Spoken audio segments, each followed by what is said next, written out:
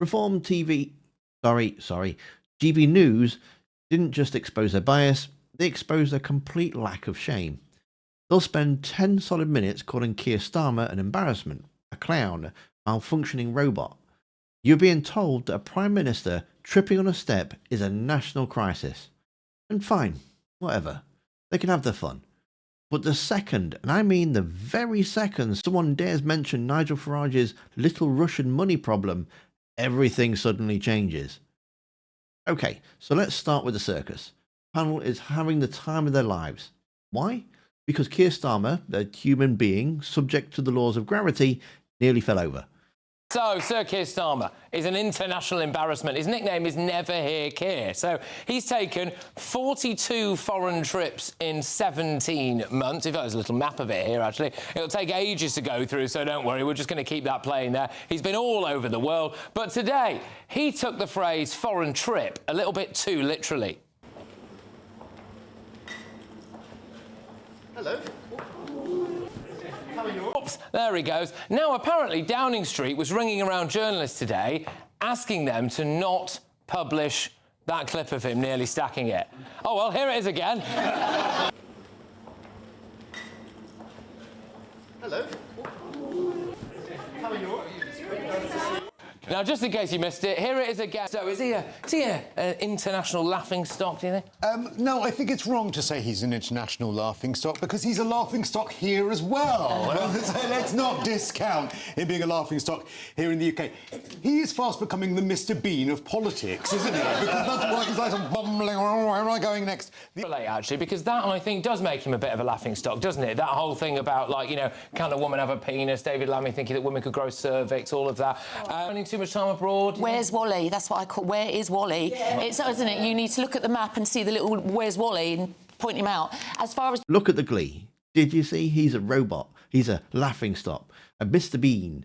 They spend solid minutes hyper-analysing a stumble because it fits with the caricature. Starmer is awkward. We get it. And look, if you want to critique Starmer on policy, fine. If you want to critique the economy, even better. But they aren't doing that. They're being the playground bully because it's easy. It feels good. It gets a cheap laugh from the back of the room. But then, something rare happens, especially for Reform TV. Especially for GB News. I must really stop doing that.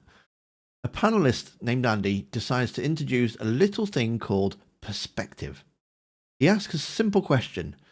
If stumbling on a stair is a national embarrassment, what do we call it when a senior figure of your own party gets convicted for taking bribes from Russia? Brilliant question. Absolutely brilliant. It's unfortunate. I think everyone trips up. Everyone trips up. Everyone trips up. I tripped up on the way here. When I was walking down that step, I tripped up. Do you know what would be better, though, if he acknowledged that he tripped up? So, whoops, you know, he was laughed going about to it. go and talk to some activists. I don't think he needs to offer a running commentary on him tripping over some stairs going to talk to some activists. I think it is bold, though, to talk about international embarrassment and all that. When you're, you know, a vice chair of Epping Reform, when your former Welsh leader has just been convicted for taking bribes from Russia. Is that a national embarrassment? Not really, no. You don't think it's embarrassing to take bribes from Russia? It is, when you're a member of the European Parliament? Do you not? Yes. Is he a national embarrassment? No, he's not in the same position. Is he an embarrassment to Nigel Farage, his close ally? Probably, but that's for Nigel Farage. To Reform UK? Not to me, no. Not to you? You're not embarrassed that the man who ran your party in Wales, got 10.5 years he's in prison for, took bribes from Russia? Are you not embarrassed by that? Not really, no. How could anyone trust anything that anyone from Reform UK is saying about international affairs when you took bribes from Russia? Don't be ridiculous. You can't judge a whole party and a whole movement. Most people are hitting by one Has Farage investigated those other members of the European Parliament at the same time? I don't know. You'd have to ask him. Well, you represent Reform UK. You're the vice chair of Epping Reform UK. It says right there on your tag. Has he? Has he? Well, one more, and then we'll move on. I mean, you've made your point relatively clear. I think your point is what? That you can't... My point is... She's not embarrassed, is her? No, there's far more things to be embarrassed about than a man in Wales who's yeah. Oh, he's been sentenced to... For treason. Not really. Let that sink in. A Prime Minister missing a step is a humiliation on the world stage. Party official committing treason, her words, or at least the accusation in the room, is not really embarrassing. The whole panel suddenly forgets how to speak. It's like they were completely caught off guard. I mean, come on, really. Who would come on to Reform TV and start slating one of their major shareholders, right? They really needed to find a way to shut that down as soon as possible. And it was just wild watching the mental gymnastics unfold. Suddenly, Farage's former Welsh leader being jailed for 10.5 years for accepting Russian bribes isn't embarrassing. Suddenly, it's just one man. Suddenly, it doesn't reflect the party. Suddenly, they've got nothing to say. Funny, because when it was Labour a few minutes ago, they were happy to blame the entire party, happy to blame the entire movement, every voter and their dog. But with Reform, oh, no, no, no, no, no. One rule for everyone else, another one for Nigel's fan club. Nigel Farage, he's been quite silent. Let's go to the gentleman at the back treason. first, if that's all right. What would you like to say, sir? Yeah, just wondering what the panel think the Chinese, what hold they have over the toolmaker's son for him to be pushing through the Chinese embassy, the mega embassy. Another thing that some would argue might make him a slight national embarrassment, sir. Well, yeah, he is, basically. Well, Boris Johnson originally approved it. He's just not taken away the approval. Yeah, but the fact of the matter is that's the thing, he approved the threat years from ago. China. And when they're pressed, and I mean properly pressed, you can see the discomfort. They'll interrupt, they'll deflect, they'll change the subject to more important issues. They'll try and drag the conversation anywhere except for the topic right in front of them. Because deep down, they know exactly how it looks.